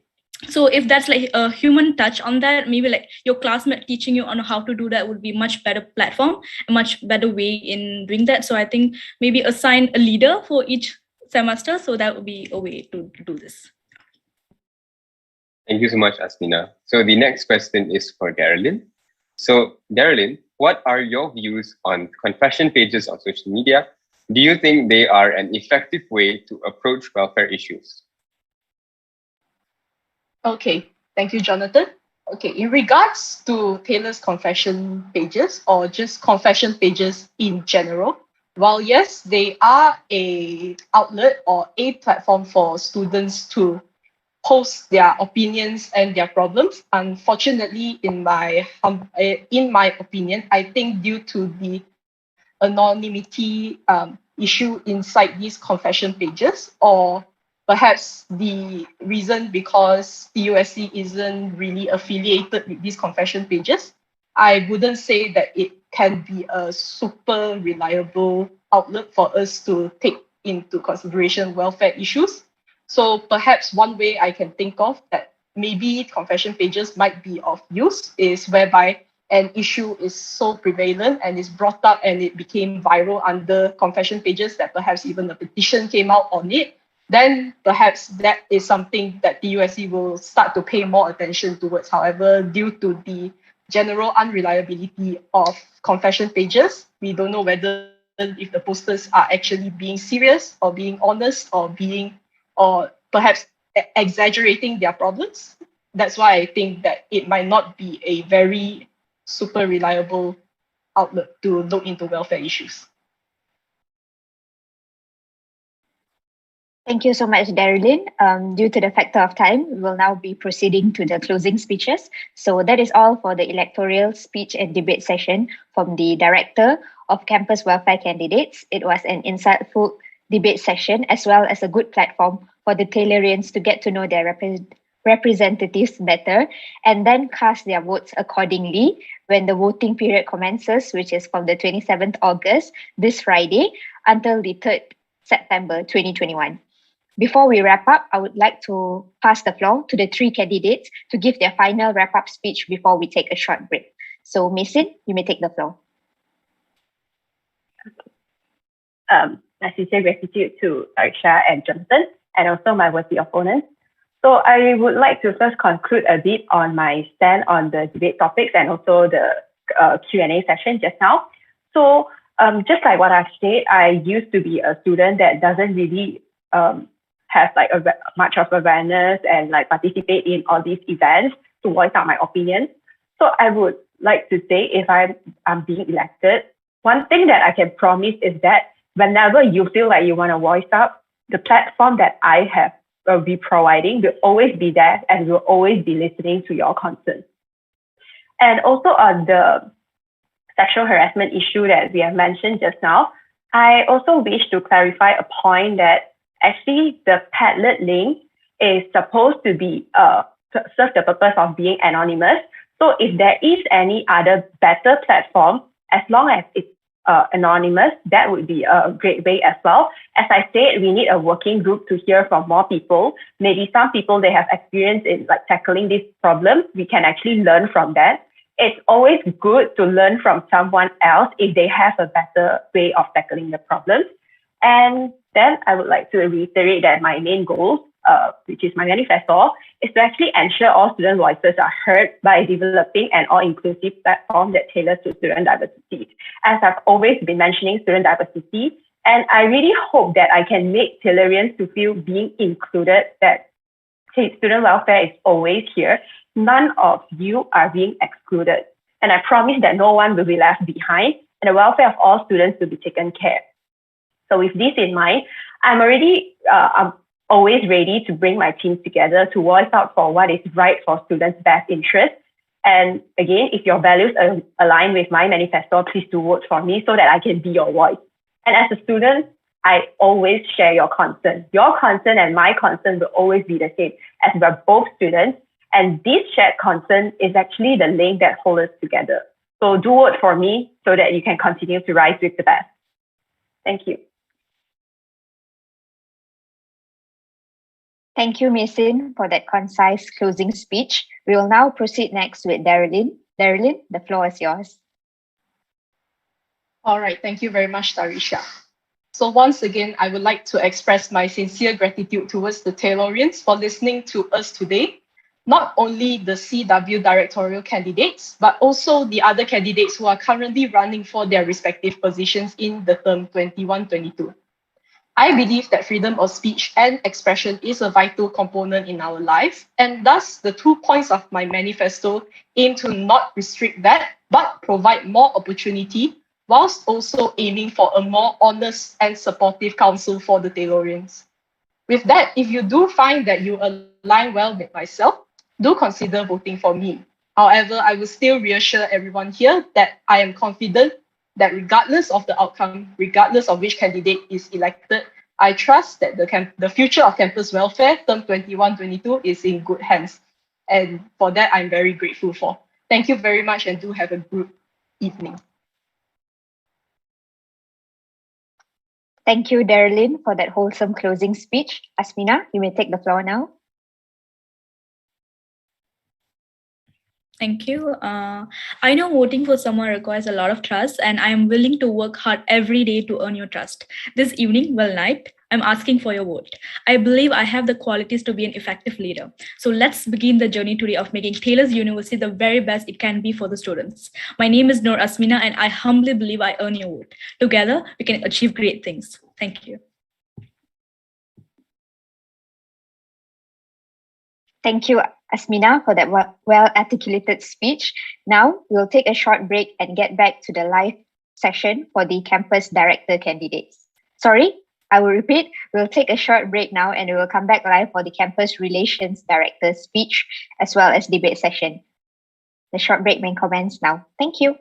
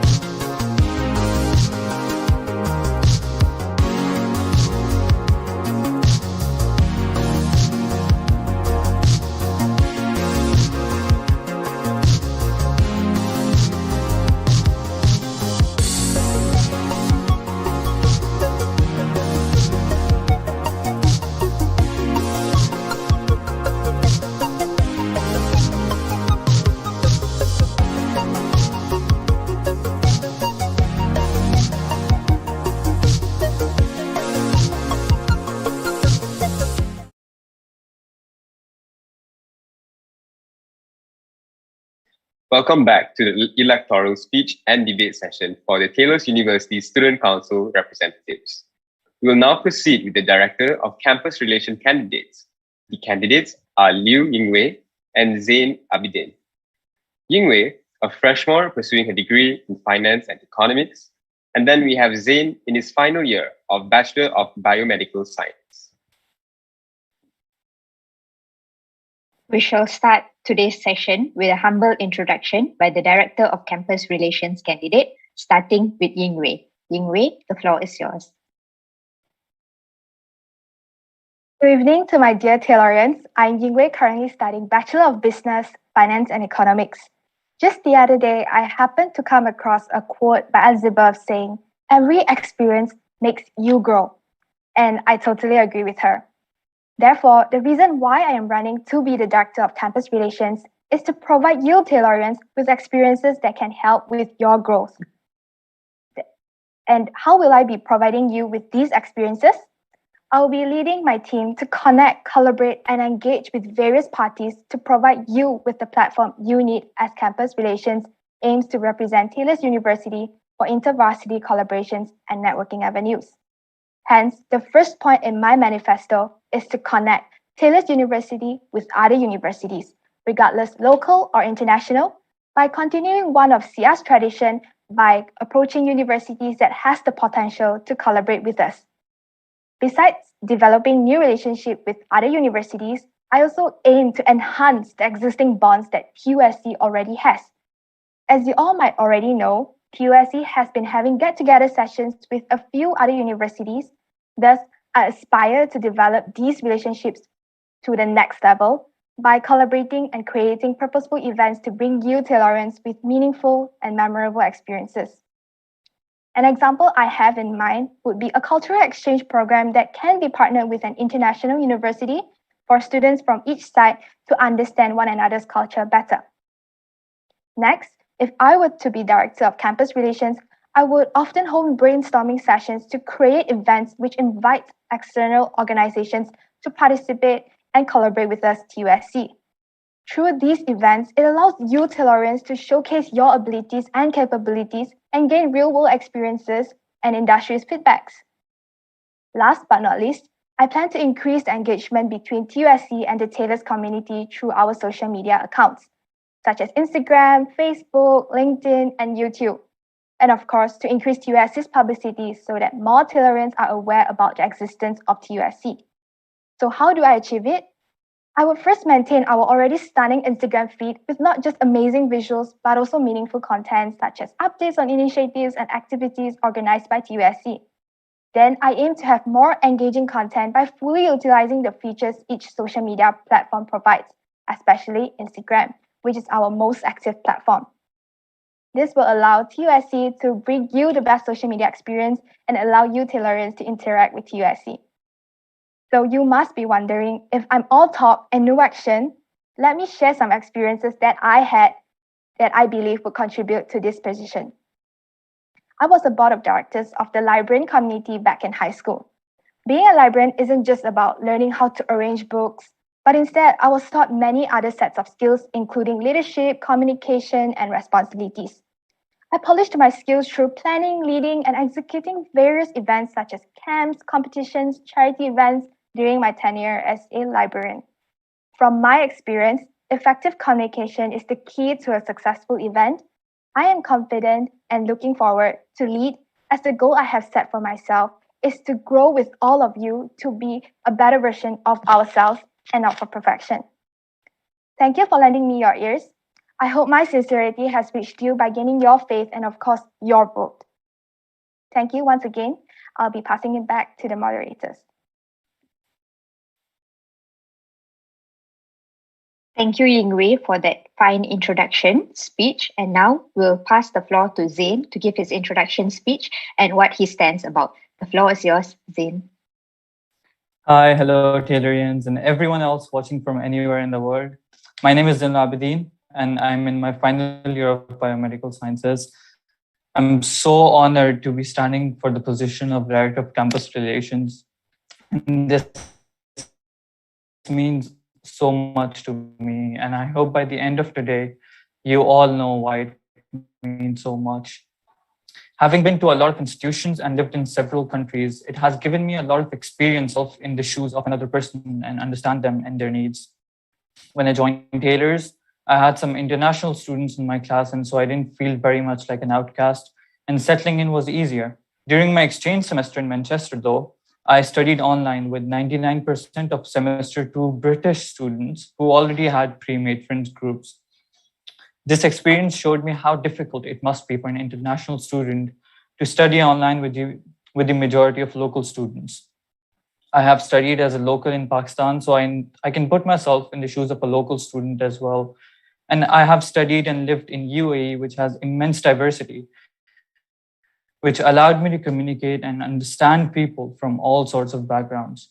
You may ask, though, what does this have to do with my role in CR? Well, firstly, as director of CR, I want to strengthen intervarsity relationships. Having all these connections and contacts with different universities and organizations in different countries, it's going to help me link up with them and organize events which can help Taylorians gain a global perspective and a global experience, even when studies are online. Secondly, I have experience in social media marketing, which can help me find ways to reach a larger chunk of Taylorians via Instagram, LinkedIn, and other platforms. I have also experience in basic website development. So recently I joined Techstar Startup Weekend and I got this free annual GoDaddy registration. And I got a domain for the Taylor's University Student Council's website. The URL goes as follows: tustudentcouncil.co. It is a legit website and you guys can actually check it out right now. And I have added a feedback form on there. So you guys can let me know what you expect from CER. And I have added a link in my LinkedIn About section as well. Thirdly, and lastly, if I were the director of campus relations, then an international student with no Malaysian background would be representing a big part of the council, which I think, in my opinion, accurately reflects the incredible diversity that we have in our university. It would also empower current and new international students to join TUSC and even go on and opt for higher positions. I do believe that we need more international students in the council, as it will help us broaden our perspectives and solve issues in much better ways. To achieve all that and much more, I need your vote, I need your support, and I need your trust. My slogan is all about the Taylorians, and everything that I plan to do if I become the director of campus relations will be inspired and driven by that motto. Thank you for your time, and I hope I have gained your confidence. Thank you, Zain, for that wholesome introduction speech. To all our live viewers, if you need more info regarding these candidates' manifestos and what they are fighting for, please go ahead to our Instagram page at Taylor's Uni SC, or even our Facebook page, which is Taylor's University Student Council, where all relevant information regarding their elections, as well as their detailed manifestos, are posted for the Taylorians to view. Without further ado, we'll move on to the most awaited part, the debate session. For context, we did provide a debate topic to these candidates one day ahead for them to prepare and provide their stance.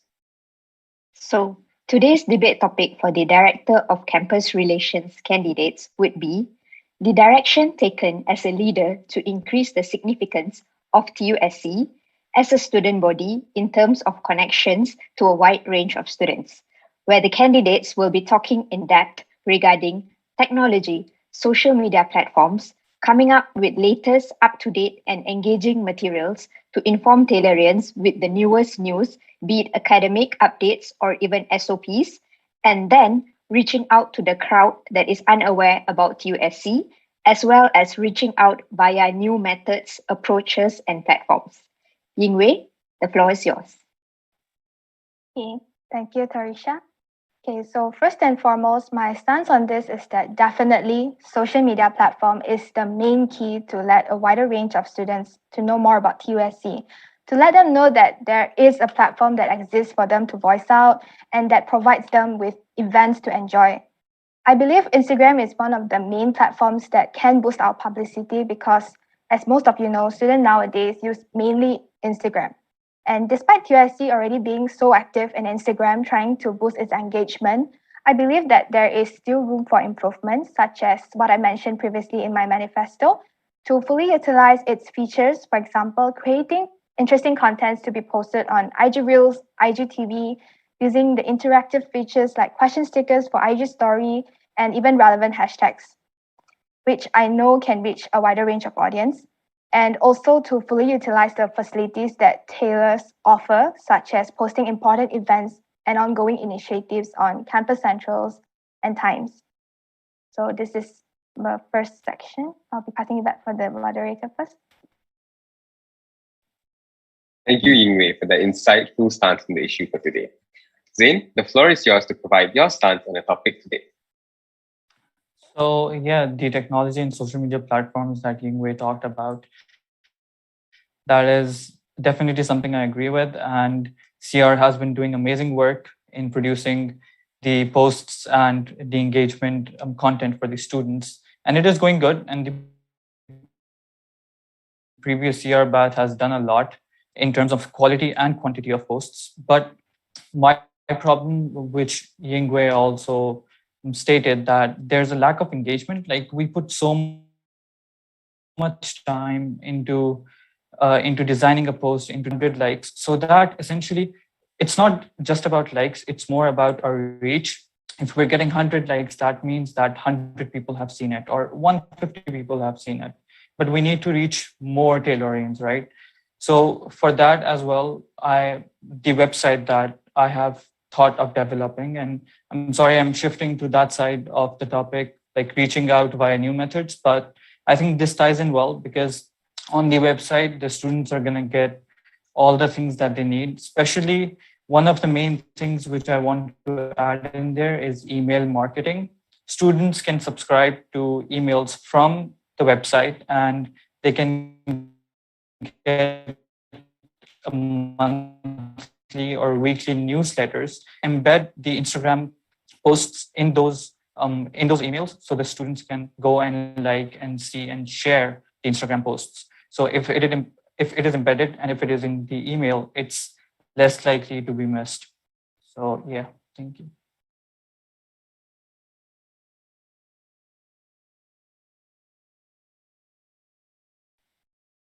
Thank you, Zain. Yingwei, would you like to add further elaboration towards what Zain has mentioned? Oh, okay.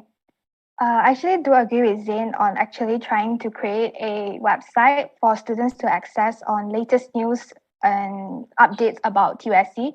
Because like from what I know, Instagram, whenever you update a post, it will keep pushing back. But that event is actually still ongoing. So students will actually miss out on this event because it's being pushed back by all the other events that TUSC has been posting.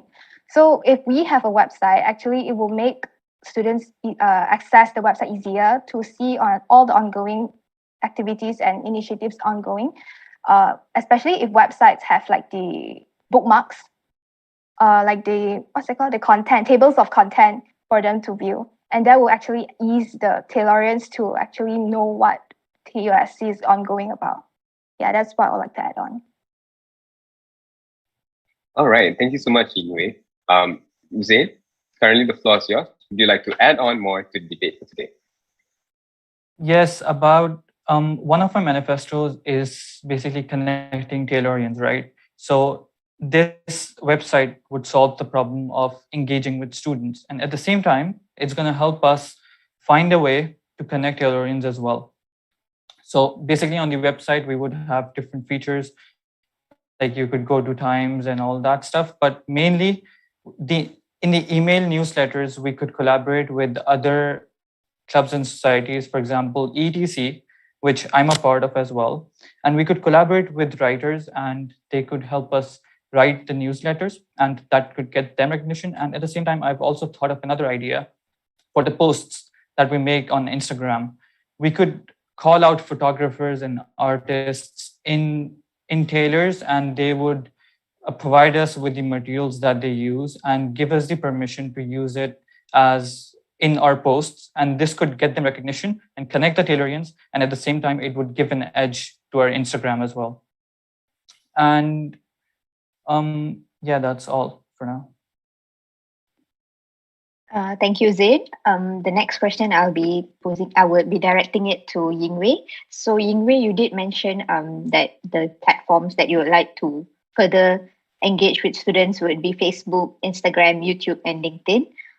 Would you like to explain if there is any other newer platforms that you would like to venture during your term?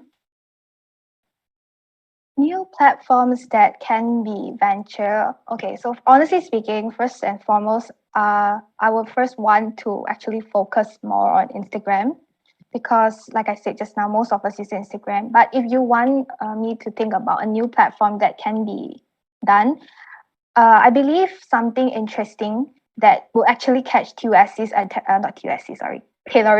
attention. For example, it doesn't have to be something serious. It just has to grab Taylorians' attention to know that TUSC exists and lead them to Instagram.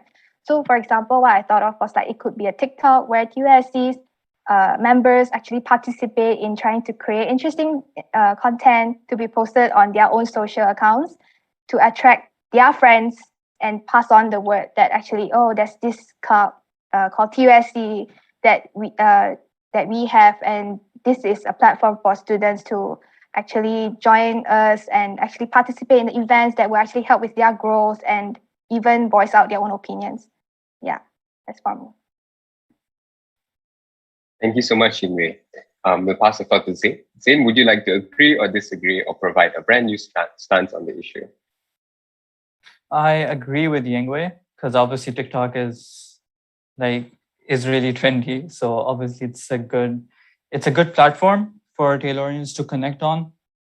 And at the same time, um, besides that, I think I would like to focus more, like Yingwei said that she would like to focus more on Instagram. I would like to focus more on LinkedIn, because like students need LinkedIn for their CVs and their employers and those other really important aspects of future life, right? So I would likely focus more on LinkedIn and possibly have our council members or collaborate with other clubs and societies to make courses for students on LinkedIn, so the students could use those courses and learn something. This could be done on LinkedIn Learning, or this could be done on Skillshare as well. So that is one platform which I really think students should get hand of, because they're going to learn something valuable, and at the same time they can easily integrate it into their LinkedIn accounts as well. So yeah. Thank you, Zain. That was a new perspective, and that's really great. Yingwei, would you like to add anything, maybe perhaps regarding LinkedIn or just any other new approaches and methods that you would like to take?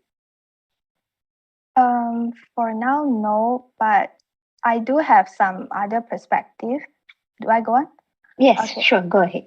Okay, thank you. Okay, so other than just the technology and new platforms and features that we can focus on, I also think that content is very important as well.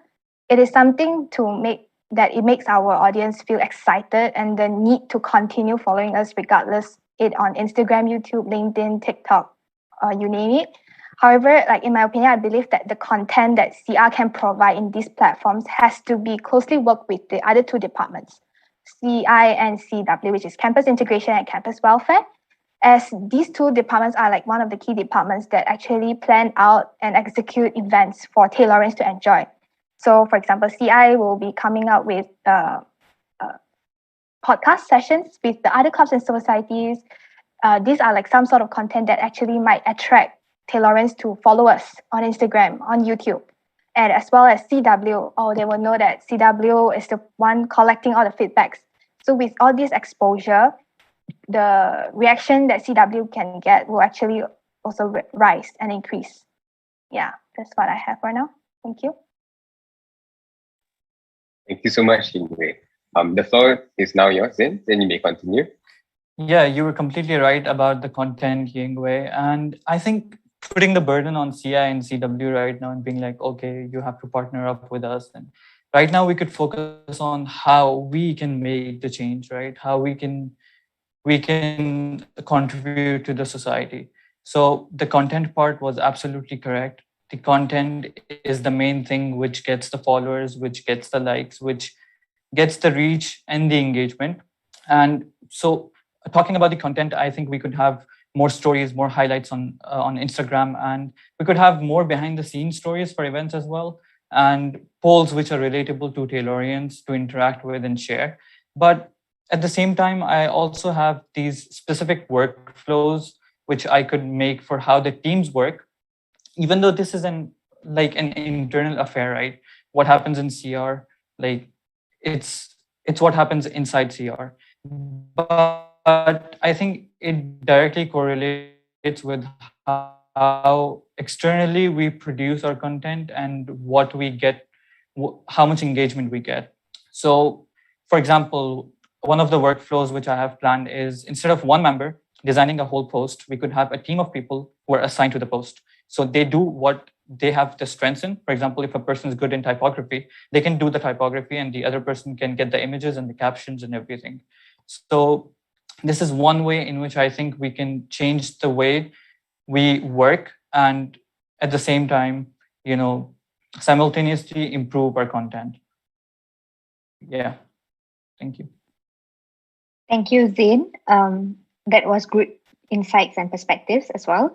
So Yingwei, would you like to further elaborate perhaps maybe on the polls in Instagram videos, or you could talk about the working groups and the backstage procedures when campus relations are with their team discussing on what content to be published? Yeah. Okay. Like what Zain mentioned, like other than relying on CI and CW for the content itself, since CR is a department that focuses on external relations, intervarsity and networking with other external parties, I also think that bringing in fresh and new opportunities uh, by CR to the Taylorians, and like for example, like I give an example. Since like for example, tech startup weekend, it was one of a major success organized by CR. It was targeted towards students who are interested in becoming entrepreneurs and to innovate. So I was thinking actually like to reach out to more audience, we could actually pull in other sorts of events that are different, not just entrepreneurship related or innovation related, so that we can actually like reach out to other groups of Taylorians and not just that specific group that we had just implemented. But of course, we can still do it. So everyone will have like a fair share. Yeah. As for the groupings that Zain mentioned, like how CR works, I actually also agree with him on actually a team of people can actually work together on their strengths. Because I also feel like some people are good at certain skills, sets of skills. Therefore, like if they focus their skills on this specific work, it could actually like improve the visuals, the content that TUSC provides. But at the same time, I also think that we should also give everyone an equal opportunity to learn something. So for example, like I'm not good at editing videos, and if you ask me to edit videos, maybe I can learn from there as well. Yeah. That's all from me. Thank you. Thank you so much, Yingwei. We'll now go to Zain. Yeah, so I'm glad that you mentioned about the intervarsity events.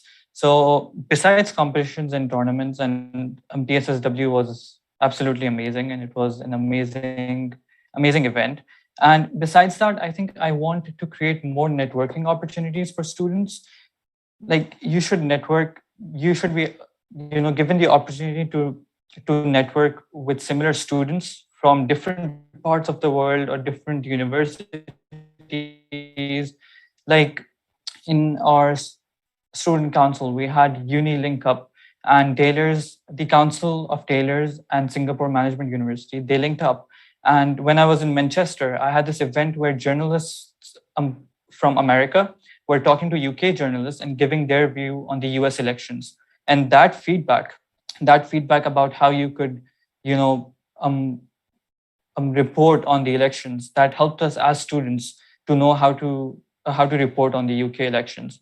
So that is something that I want to organize and link up with different universities from different parts of the world, but the same fields that the students are working in or want to network in. Yeah, that's it. Thank you. Thank you so much, Zain. All right. So that actually wraps up our debate session for today. Thank you, Yingwei and Zain, for providing your stance on that very heated debate session earlier just now. So the Slido link is actually in the YouTube live chat as well as the Facebook live chat for everyone to input their questions for Yingwei and Zain. You may also go to slido.com and key in the code, which is on the YouTube live and the Facebook live. All right. So without further ado, we'll go into the questions. So the first question is actually to Zain. So Zain, TUSC's Facebook page has over 10,000 followers. However, the post does not receive enough exposure. Do let us know how you will tackle this issue. I think one of my first approaches would be the email thing. That is one of the main focuses of mine.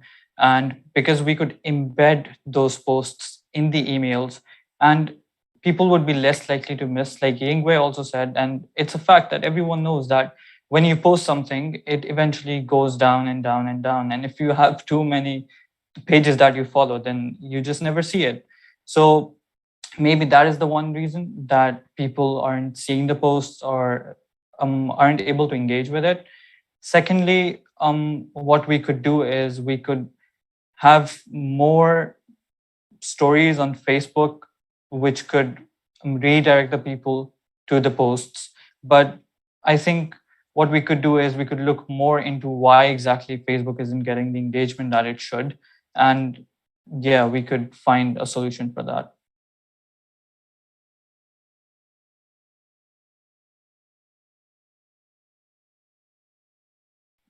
Thank you, Zain. We'll go on to Yingwei now. So Yingwei, how will you ensure that the tailors community will get the information that is needed? Okay, so firstly, I would obviously collaborate with the other departments as well to know what information that they want to release to the tailorians in order to update them about whatever tailorians want to know. Especially like I know that a lot of tailorians want updates about resource fees. They want to know updates about SOPs, like what's it called, the rules on how to go back to campus, etc., etc. So actually, like if I work closely with as a CR director, if I work closely with the other departments as well, I would be able to figure out the important information that needed to be posted to let tailorians know. And of course, to reach as many tailorians as possible by posting out content to reach them. Yeah. All right. Thank you so much, Yingwei. We'll move on to Zain next. So Zain, this question is directed to you. You said that you would like to venture on website. How well will you know that it could be effective because the lack of followers in our main social media? I'm sorry, can you repeat the question? You just lagged a bit. All right, no worries. You said that you would venture into an online website. How well will this be effective? Because currently our social media lacks followers. Our social media does lack followers. I mean, we do have a good amount of followers. The engagement on each post is one of the main issues. And like, for example, we had the orientation a few days ago, and when a new freshman comes in, we could let them know about the website and that they could subscribe to the newsletter, and they could, when it's a website which has all the features you want, like for example, campus welfare candidates talked about this hotline which you could call, and or a place where you could contact the student council. That website would have that as well. If it's going to have all the features, then the students would essentially know about it, and we could let them know from social media, or we could have it in our Instagram bio, we could share it on LinkedIn. Once the website is up and we keep on sharing it, eventually everyone's going to know.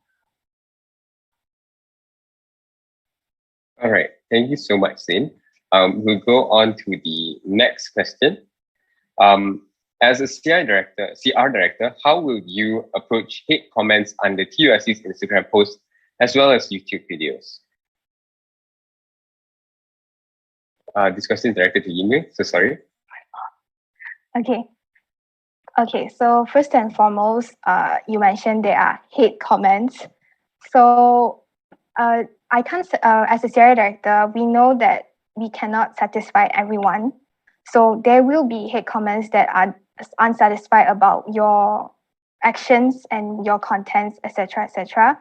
So for the the well-being of our CR members, and of course for myself, I believe that hate comments can be so-called, I close one eye and I just pretend that I don't see it. But of course, if there are well written criticism that we TUSC can take to learn from it, then of course I will accept it and even reply saying that thank you for your feedback. We will take this into consideration. Yeah, that's all from me. Thank you. Thank you, Yingwei. This next question is directed to Zain. So Zain, what is your thought on the previous uni link up, and what do you think could have been done better? The previous uni link up was pretty good, to be honest, and both the councils learned a lot from each other, and we had fun as well. What could have been done better is that I think it's a bit too limited that the two councils are just sitting and talking about their experiences and stuff. If we had other Taylorians who are not in the council, they would have gotten to network with that other university, and at the same time they would have known how much effort TUSC puts into thinking of problems and solutions, and they would have seen us work. So, they could have been like the audience of that show, sort of. Yeah. All right. Thank you so much, Zain. The next question is for Yingwei. How do you aim to promote TUSC's, this would be for Zain, sorry. What content would you curate for our Taylorians? Yeah, this question is for Yingwei. Okay. Could you repeat the question one more time? Yes, sure. What content would you curate for the Taylorians? Okay. The content that I can curate, as in for Instagram, let's say, I think the most important ones would be the constantly changing MCO rules and regulations that I myself isn't even clear with, because it has been constantly changing. But what I have in mind is, like, other than making it a post, I could create it as a story, to update. And if you let's say you say story has only 24 hours limit, but I can highlight it to tell Taylorians that all the latest update stories that we have been posting and constantly changed it, because we can archive the story and always post the latest updates over there, so that we will always know. As we all know, like, the SOPs keep changing, etc. So if we post it as an post itself, it might confuse people. Other than that, also latest updates that tailors have announced for Taylorians, that also be one important content that I should be responsible of as well. As well as, for more interesting contents, I feel like, for example, like what CR is all about, to connect with external parties. So if I actually have the opportunity to connect with external parties, I would bring in whatever they have to offer for Taylorians, and to keep promoting and posting it on our Instagram, social medias, YouTube, you name it. Yeah. Thank you. Thank you, Yingwei. So for the final question, we will give it to Zain. So Zain, the question goes by, what do you think is the main challenges faced by CR currently? Main challenges faced by CR. I don't think we have such challenges. One of the it's not exactly a challenge, but we have a lot of work and we have a lot of posts coming in, and we have to post a lot of posts. So I think if we're talking about how I'm going to solve that issue, I'm going to change the way we work, so that, like, the members can get more time to themselves, and also create good content.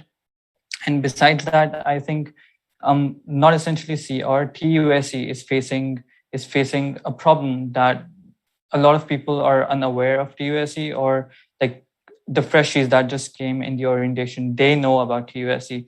But even me, I did not attend the orientation, and for a year I didn't know that TUSC existed. So I have this event idea, like you guys might know Kidzania, which is in KL. So what Kidzania does is that kids get some experience in different kind of fields. So we could have a day where students could basically get a simulation of what it feels like to be in the student council. And this could make people more aware. And at the same time, this would be a fun way to tell people what TUSC is all about. Because a lot of my friends have asked me what TUSC is and what do we exactly do. And I'm sort of lost sometimes, because how do I even tell them how much work we do or what things we do at what times? We organize events. At the same time, we also create posts and all that stuff. So I think this is an event that we could have as well. Thank you so much, Zain and Yingwei. Okay, so that will wrap up our question and answer session. So that is all for the electoral speech and debate session for the Director of Campus Relations candidates. It was indeed an insightful debate session, as well as a good platform for the Taylorians to get to know their representatives better and then cast their votes accordingly when the voting period commences, which is this Friday, 27th August, until the 3rd September 2021.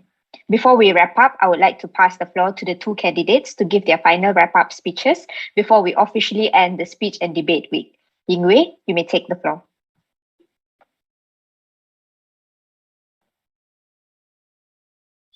Although I cannot guarantee and promise you anything, but I am sure that I will give my best efforts to brainstorm on ideas that I can give back to the tailors community.